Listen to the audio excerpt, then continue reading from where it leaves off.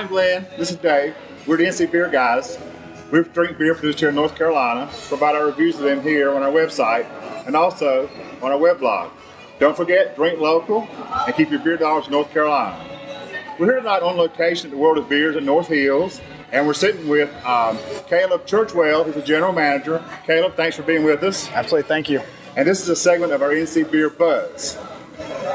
So Caleb, how'd you get into the beer position? How do you find yourself doing the World of Beers? Well, I came into the service industry about 3 or 4 years back, just kind of after college. I graduated from NC State, chemistry degree, didn't really know what I wanted to do with it. Kind of got into the service industry. Actually, my first craft beer was Newcastle, believe it or not. Kind of what got me into exploring craft beer, and from that point I just dove straight in. Got a couple jobs at beer bars and just kind of dove straight in. Never drank the same beer twice, always going out, kind of explore everything I can. Being originally from Kansas, so I got traveling back and forth from Kansas, got to experience beer out there, got to experience beer here, and just kind of gained a lot of experience and a lot of knowledge in craft beer, and then met the owners here, and then the rest is history. Now I'm here. Great. Mm-hmm. So tell us a little bit about World of Beer, the mission, the concept. What is World of Beer? What should our viewers know about the World of Beer? Well, World of Beer started in 2007 down in Tampa, Florida. We are a franchise company. We do 500 bottle, 50 on draft, and is the normal. We have here, we do live music Thursday through Saturday night. We have 20 50-inch flat screen TVs. So we have that sports feel that a lot of craft beer bars do not have. I'm a big sports fan. I was a college wrestler at NC State. One of the owners was a hockey player, and so we have a big sports feel. And then we just really embrace craft beer. We believe in craft beer. Me, myself, my product manager David Wren, we just fully engulf ourselves into the craft beer industry and just run with it that way.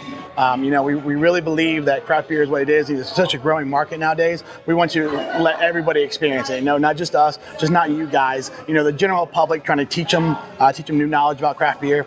Come in drinking Bud Light, we'll get them on to something else. Really kind of, it's more of a knowledge-based thing than anything. Really want to teach people about craft beer and what a great industry it is. Great. How do you, with the amount of, craft breweries that are opening up in North Carolina, the number is phenomenal. I think now we're over 61 at this point. Mm-hmm. How do you feel about that in the growing market with other craft breweries? I think it's phenomenal, especially for us here in Raleigh. Because it's like you guys are all about supporting local, and now it's giving us an opportunity to support more local.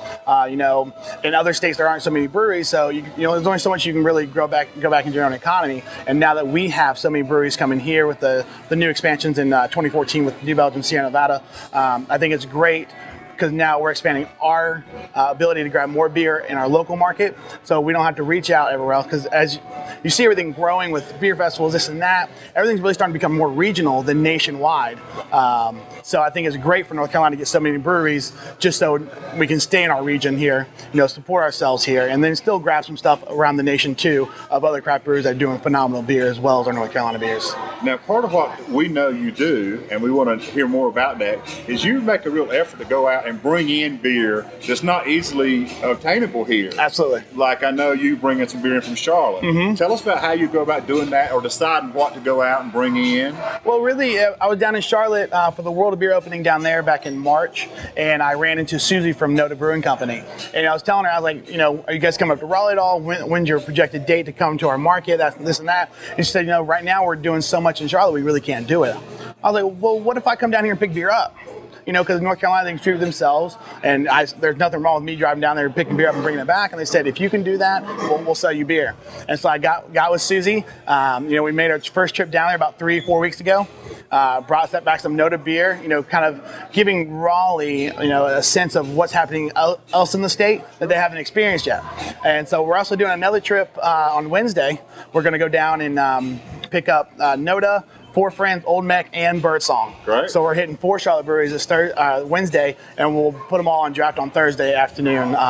And it's just, going out and experience more North Carolina, because we have our Raleigh breweries, and we have some breweries that distribute here in the market. But it's really, that's not all of North Carolina. We have a great big state, and so we want everybody in the Raleigh market to be able to experience all North Carolina beer. And so that's why we're going to do the Charlotte trip, and then possibly also a Nashville trip of brewing companies that we can't grab here either. Mm-hmm. Now, how's the levity with your inventory as compared to since there are multiple locations of World of Beers, that you're told you must carry a certain beer, or do you have the levity to carry what you feel is appropriate for this market? It's mainly us. When we first started open, they spit us out all these breweries, and here, this is what you're going to carry for your initial order. And it's up to us to really go in and kind of change it around, see how we want to do it.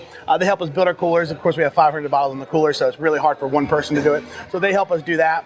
But as far as what we carry on a day-to-day basis, it's all us. We carry everything. They make recommendations, of course, and what we try to do is we try to keep style recommendations across the board. So we'll always have an IPA on, always have a Kolsch, anything like that. We'll always have those styles on. But as far as the beer itself, it's all up to us. It's me and my product manager that determine everything that's in this building. Mm-hmm. Now, you were saying to me earlier that you have a little homebrew experience as well. I do. Tell us about your homebrew experience. Well, I started up about 2 years ago now on a little 5-gallon system, and then me, my brother, and a couple buddies of ours are actually moving up to a 10-gallon system. We're building. We took old kegs, cut them open. There's gonna be our brew kettle, our liquor tank, the whole bit. We're gonna have the burners, the pumps. So it's basically a small production sort of thing we want to get onto. We start doing all grain, and just we're craft beer guys, so we have all these crazy ideas in our head, sure. And we're like, well, I wish a brewery would do this. Well, why don't we do it ourselves instead of wanting someone else to do it? If we do it ourselves, we can tweak it ourselves and get it the way we want to taste it. So then we can really drink good beer. Ourselves and other beers as well. So talking about crazy ideas, what's the most unique homebrew ingredient you've ever tried, or the most unique beer you've ever come up with? That's kind of hard. Last fall I did a pumpkin IPA, okay. And that's as far out as we've gone so far as home brewers. And was it drinkable? It was drinkable. Right. Slightly overspiced, as normally I think most people do with a pumpkin, because if you think of pumpkin beers, if you take an actual pumpkin, hardly any flavor in it, you know what I mean? Right. So you got to take an allspice, something like that. Slightly overspiced, but very drinkable. It's one of those beers that you can drink it and be like, oh man, this is a really good beer, but you might not go back for a second or third just because it's probably too rich. Right. Yeah, so. So with all the beers you can get your hands on right now, what is your favorite beer? You can't ask a craft beer guy that. You know what I mean? You can come up with, out of the few, which one do you lean towards? You can't say favorite. I guess you don't want to say favorite. Yeah, can't really say a favorite. If I had to choose a style, it would definitely be double IPAs. Anything, the more hops, the better. Okay. For me, you think you hopped it enough, you probably didn't. Throw some more hops in there for me. One that always sticks out in my mind is going to be the Stone Sublimely Self-Righteous, their black IPA. That beer to me is just unbelievable. And they did the 15th anniversary, the triple black IPA last year.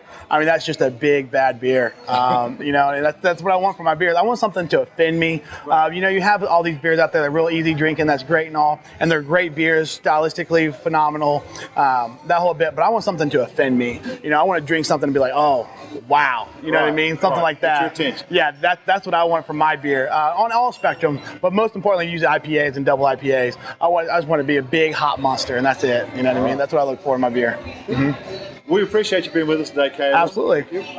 And we wish you the best of luck here at World of Beers. Thank you very much. And we will remind our viewers to come out at North Hills location in Raleigh to the World of Beers. See Caleb. He says he's always here. Always here. And until next time, remember, drink local, keep your beer dollars in North Carolina, and we'll catch you later, buds.